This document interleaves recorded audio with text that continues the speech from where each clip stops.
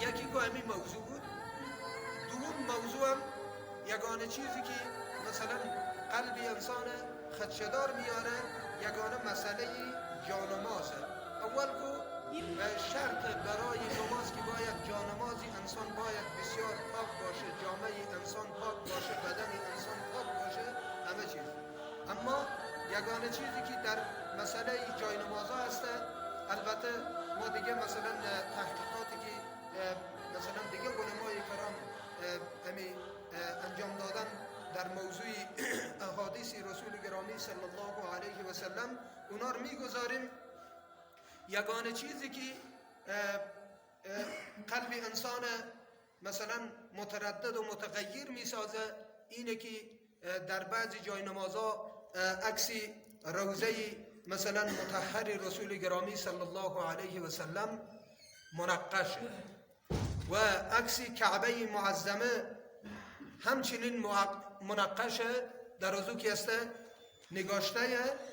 پس لحاظا سه مسجد، مسجد حرام، مسجد اقصا، مسجد مدینه منوره، اینا که است از شعائر دین است. حتی رسول گرامی صلی الله علیه و سلم می فرمایند که لا تشد الرحال، شما عزم سفر و سفر بسته نکنین الا الی ثلاثه مساجد، مگر به سوی سه مسجد که یکی مسجد حرمه و دیگه مسجد اقصای و دیگه مسجد نبوی شریف. چرا؟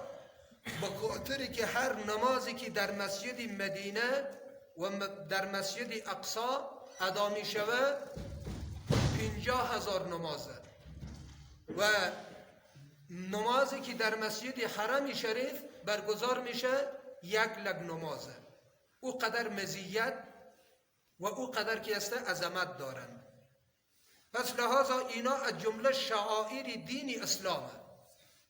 اما در مسئله جای نمازها کسالت میکنه برادرها، اینا که است حوار کردنش به زیر دست پای و اینا پامال کردن، ای که است خلاف تعظیم مثلا مساجد و خلاف تعظیم بیت الله شریفه.